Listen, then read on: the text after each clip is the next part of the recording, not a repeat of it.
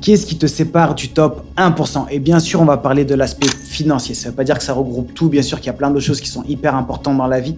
Mais comment atteindre ce top 1% d'un point de vue financier? Et donc, quand on parle d'un point de vue 1% en France, c'est en gros gagner plus de 10 000 euros par mois net.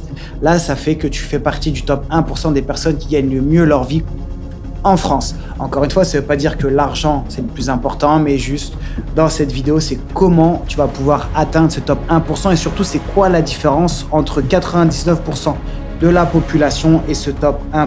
Et tu vas voir que la réponse, elle est assez simple. La réponse, c'est juste le mindset. C'est juste que c'est plus court à écrire, mais c'est en anglais, en vrai, l'état d'esprit.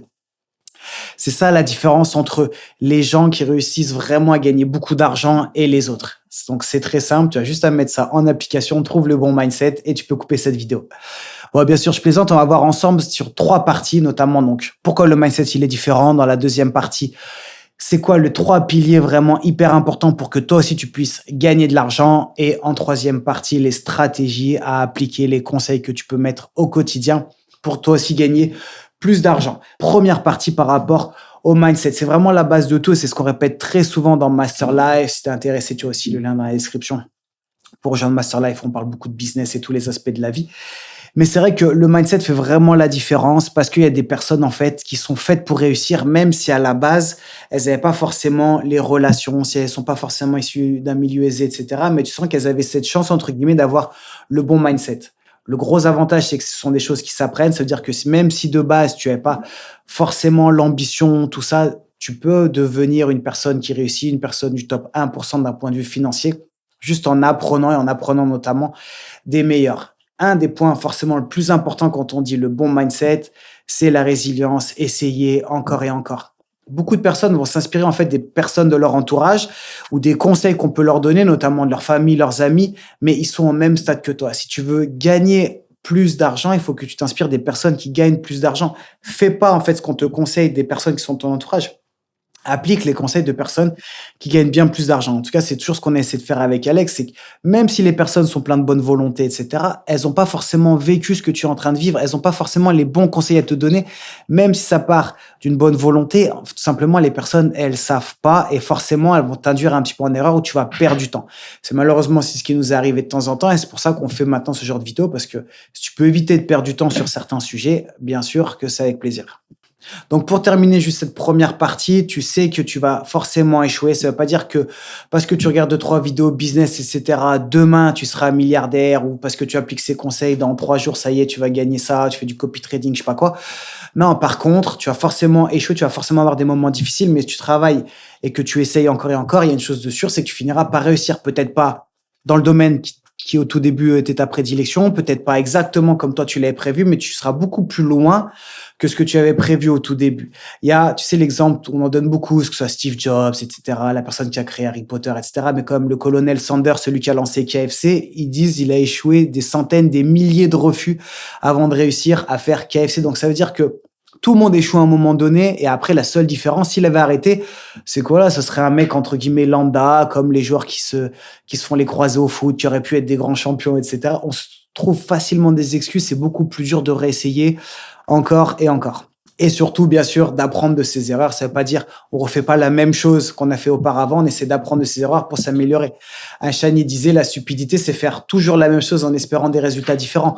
Non, bien sûr que tu vas réessayer, mais tu vas adapter, tu vas corriger tes points faibles et tu vas t'améliorer pour faire les choses de mieux en mieux. Maintenant, donc comme je l'ai dit, deuxième partie, les 3 piliers vraiment pour rejoindre ce top 1%. Tu vas voir que si tu dois vendre quelque chose, et donc nous, ce qu'on te recommande avec Alex, c'est notamment de vendre sur un produit digital, tu vas avoir besoin de 3 piliers fondamentaux. Un, bien sûr, un bon produit. 2, il va savoir le vendre, pardon, il va falloir le vendre très bien. Et 3, pareil, j'écris en anglais parce que c'est plus court, être un bon leader. Pourquoi? Parce que les 3 sont vraiment indissociables. Si tu as un très beau produit mais que tu ne sais pas le vendre, il y aura très peu d'intérêt. Si tu as un bon produit que tu sais le vendre mais que quand ça grossit, tu n'es pas un bon leader, tu ne sais pas t'entourer des bonnes équipes, c'est la même chose, ton entreprise va se casser la gueule. Donc forcément, ces 3 sont vraiment indissociables et sont hyper importants. Ça veut dire quoi avoir un bon produit? Donc comme je disais avec Alex, ce qu'on te recommande, c'est de te lancer sur un produit digital. Pourquoi? Parce que non seulement tu vas avoir la liberté géographique, tu pourras bosser d'où tu veux, mais si en plus tu arrives à rejoindre ce top 1%, tu auras la liberté financière. Et là, pour nous, c'est un peu le Graal ultime parce que justement, tu peux bosser d'où tu veux, tu gagnes assez bien ta vie pour consacrer aussi du plus de temps à ta famille, à ta santé, etc. Avoir un bon produit, c'est assez simple. Il faut que ça corresponde à quatre choses. On va dire trois principales et une quatrième, notamment, c'était une certaine notoriété. Il faut que tu arrives à résoudre des problèmes et notamment des problèmes soit de temps, soit d'argent, soit que tu améliores la qualité de vie. Et enfin, le quatrième, et qui est pas forcément facile, c'est donner un statut social. Typiquement, tu achètes pas forcément du Hermès parce que tu aimes la qualité Hermès, etc. Tu achètes du Hermès parce que ça te donne un certain statut social. Mais c'est compliqué quand tu démarres, et notamment sur un produit digital. Donc, c'est pour ça qu'on te conseille de te consacrer vraiment plus sur les trois premiers. Le plus important, c'est que ton produit, tu arrives à résoudre un problème. Et si tu arrives à résoudre un problème en apportant une solution, c'est-à-dire soit tu fais gagner du temps, soit tu fais gagner de l'argent, soit tu améliores la qualité de vie des personnes, ce sera beaucoup plus facile forcément pour toi pour vendre. Et encore plus si tu arrives bien sûr à apporter ces trois qualités en même temps. Et ça, c'est valable pour les très gros produits, pour des sociétés qui valent des milliards, mais aussi pour des personnes juste qui se lancent. Si toi, tu es indépendant, tu n'as pas besoin d'une idée de génie pour faire des centaines, voire des millions d'euros. Bien sûr que si demain, tu veux concurrencer Google, Meta, Facebook, etc., bien sûr que là, il faut non seulement une idée de génie, il faut vraiment une application de fou, des compétences incroyables, savoir très bien vendre, être un très gros leader avec des équipes de ouf, etc. Par contre, si tu veux juste faire des centaines de milliers d'euros, des millions d'euros, tu peux très bien te lancer, entre guillemets, assez seul et t'as pas besoin non plus d'une idée de génie, quelque chose de révolutionnaire qui a jamais été vu, etc., un machin sur l'IA incroyable, etc. Il faut juste vraiment que tu te concentres sur ces choses-là. Il y a un problème, tu apportes une solution. Uber, il s'est rendu compte que notamment, je crois qu'il était à Paris, c'était galère pour réserver un taxi, pour les petites courses, etc. Il a apporté une solution. Je suis désolé, mais quand tu penses maintenant à Uber, tu te dis pas, ouais, c'est une idée de génie. Tu te dis pourquoi les taxis, ils avaient pas fait ça. Enfin, tu vois. Et c'est souvent ça. Alors, même si là, bien sûr, c'est une très, très grosse boîte et c'est un très gros exemple, tu te rends compte qu'en fait, il fait gagner du temps aux gens parce qu'en fait, bah, c'est beaucoup plus facile de réserver un chauffeur, etc. Il fait gagner de l'argent aux personnes parce que quand ils sont arrivés, c'était beaucoup moins cher que les taxis. Et ils améliorent la qualité de vie parce que bien souvent, quand tu montais dedans, ils sont arrivés, tu avais une petite bouteille d'eau, des petits bonbons, ils venaient te chercher à l'heure, etc. Tu pouvais programmer. Bref, ils facilitaient grandement les choses. C'était sur ton application, tu n'avais pas besoin d'appeler, tu n'avais pas besoin de dans la rue de chercher, etc. Et donc, ça a très vite explosé grâce à tout ça. Et comme je disais, tu as d'autres exemples, bien sûr, mais même à plus petite échelle. Je vais prendre la nôtre. On a créé un produit, c'était le challenge, là, début 2025, le challenge No Time. C'est les entraînements, ils duraient que 15 minutes. Donc, ça veut dire qu'on faisait gagner du temps à toutes les personnes, notamment les entrepreneurs, qui ont peu de temps. Les personnes, voilà, que ce soit père de famille, mère de famille, etc. Au niveau de l'argent, on ne faisait pas gagner de l'argent, mais nous, on a gagné, bien sûr. Et on t'améliorait ta qualité de vie parce qu'en fait, tu avais une application, tu avais le calculateur de calories, etc. On facilitait en fait ton quotidien. Et c'est pour ça que le challenge, il a bien marché. Une chose aussi qu'on s'est rendu compte par rapport au produit, tu vends pas quelque chose que toi, tu as envie de vendre. Tu vends un produit que le marché a besoin. C'est-à-dire que bien souvent, on fait l'erreur de se dire, je vais faire ci, ça va être génial, etc. Mais en fait, le marché, il a toujours raison. Tu peux avoir le meilleur produit du monde. Si le marché, il l'achète pas, c'est que ton produit, il est pas bon, il ne plaît pas. Et je veux dire, c'est pas toi qui vas réussir à convaincre le marché. Dans des cas extrêmes, certaines personnes réussissent. Mais je veux dire, c'est vraiment toi qui vas devoir t'adapter au marché. Et comme je disais, toi, tu vas te focus sur ces trois points. Améliorer, trouver deux solutions en améliorant, en faisant un gain de temps, un gain d'argent et améliorer la qualité de vie. Et certaines marques, comme j'ai dit Hermès, mais par exemple, pourquoi les gens achètent un iPhone à 1500 euros, etc. Parce que ça donne aussi un certain statut social, mais comme je disais, une marque qui se lance, notamment dans le digital, c'est pas forcément facile.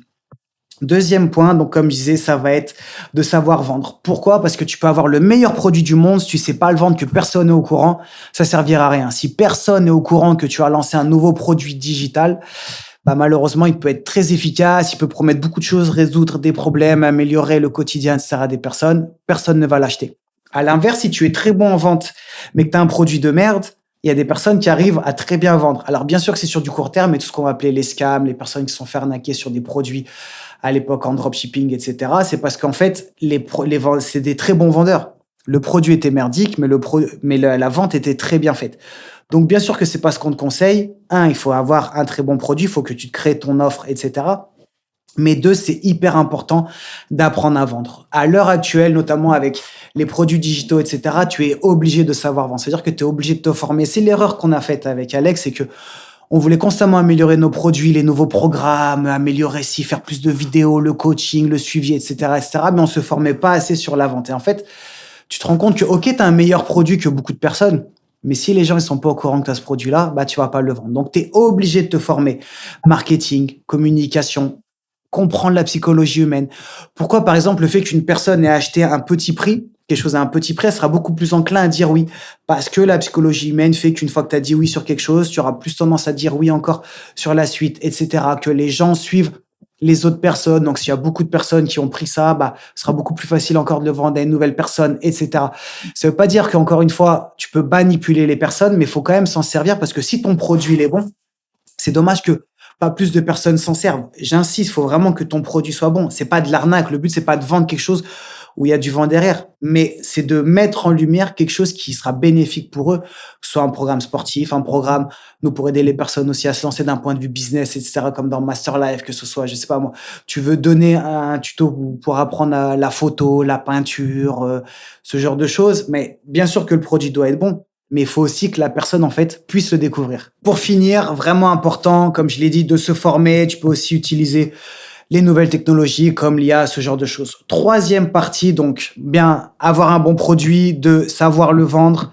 Trois, être un bon leader. Ça peut arriver un peu plus tard, notamment si tu démarres, etc. Mais ça va être hyper important, en fait, d'inspirer et de tirer ses équipes vers le haut.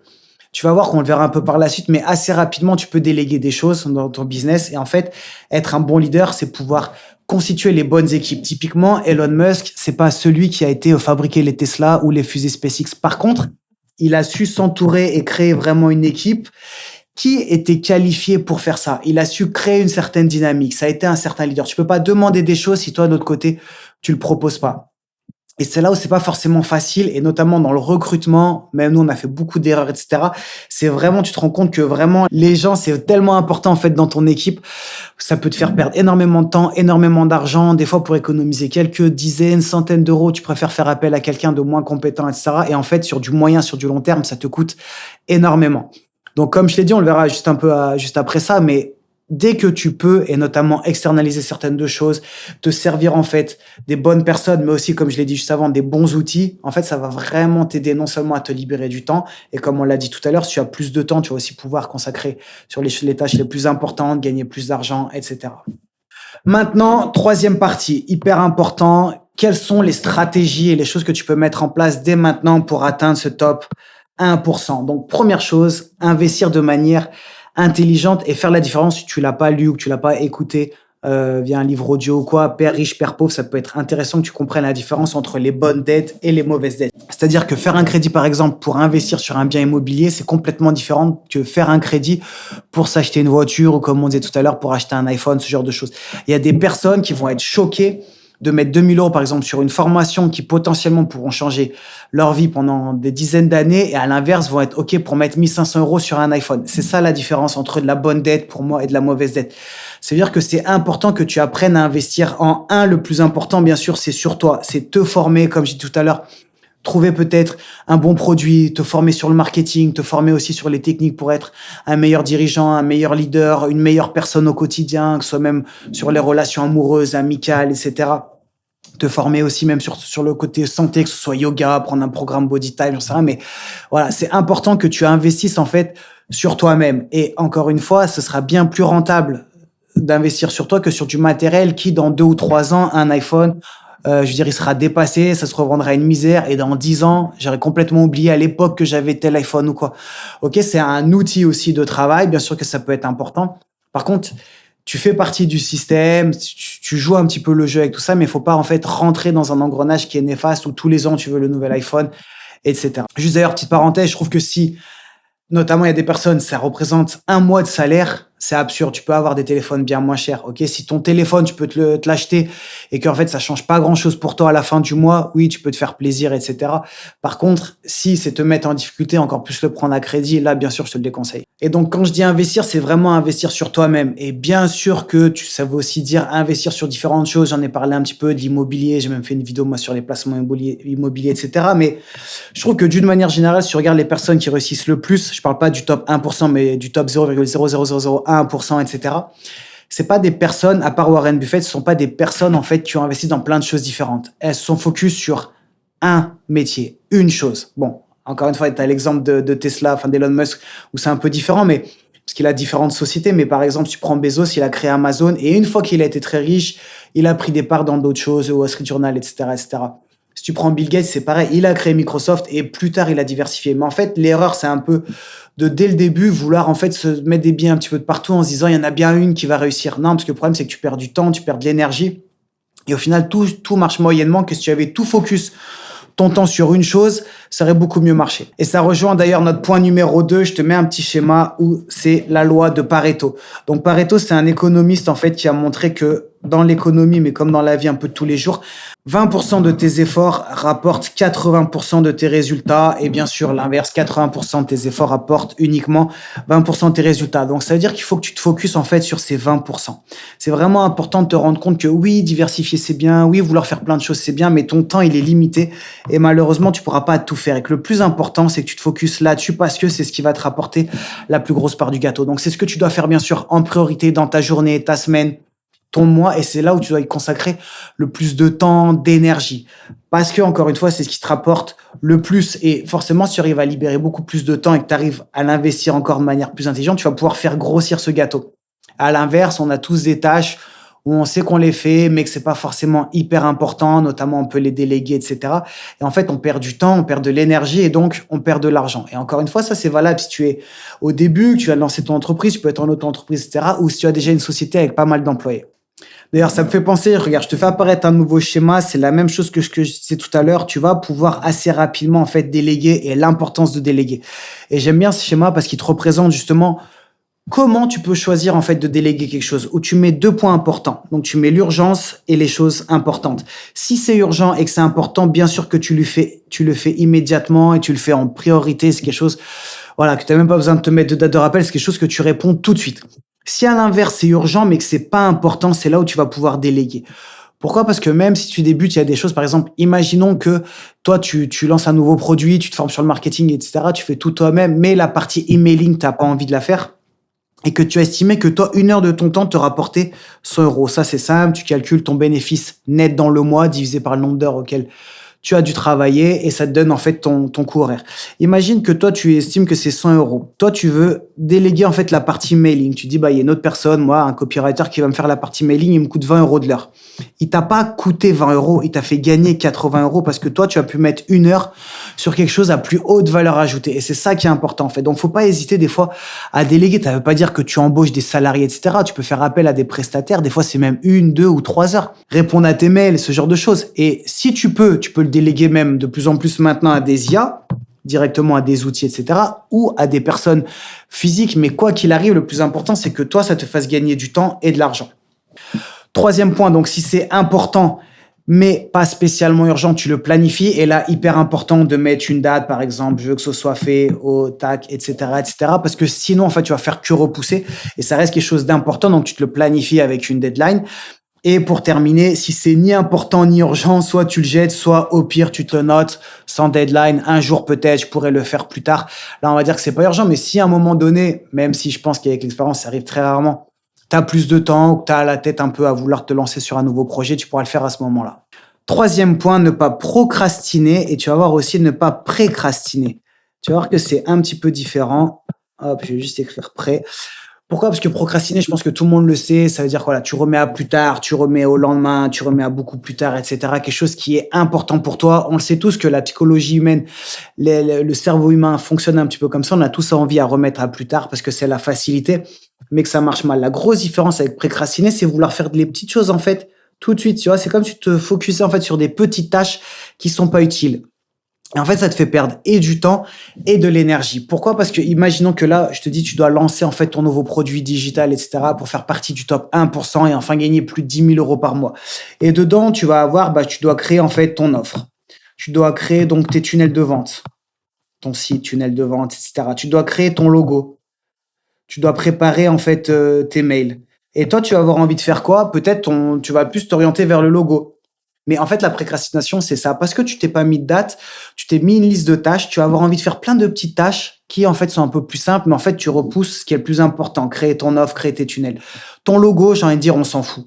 C'est pas que c'est pas important, c'est juste que si je te fais un logo très simple, il est très mal fait, pourtant tu as reconnu que c'était Nike. Et pourtant il est vraiment mal fait. La pomme, c'est pareil, la pomme d'Apple, je veux dire, et ils l'ont travaillé et c'est étudié, mais ça reste des logos très simples parce que justement les gens ils le retiennent facilement. Et ce que je veux dire, c'est que même si tu te lances avec c'est pas le bon logo, c'est pas la bonne chose, etc. Ça tu pourras le changer rapidement par la suite. Si ça marche très bien, tu pourras faire appel à un super graphiste ou quoi qui te fera un truc de fou.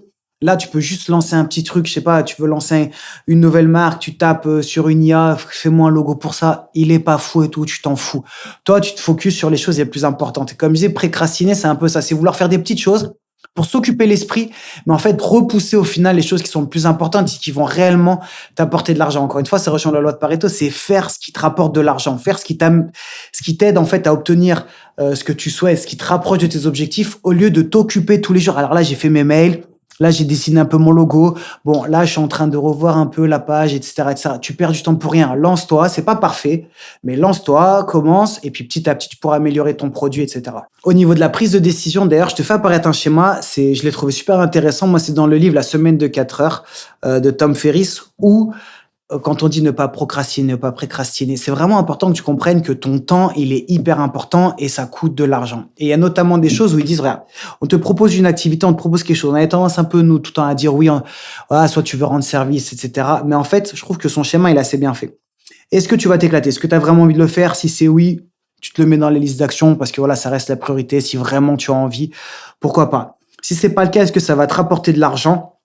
Si oui, est-ce que tu peux l'externaliser? Est-ce que tu peux le faire à quelqu'un d'autre? Dans ce cas-là, tu délègues. Sinon, tu le fais toi-même. Est-ce que c'est une obligation? Si oui, est-ce que tu peux être externalisé ou pas, etc.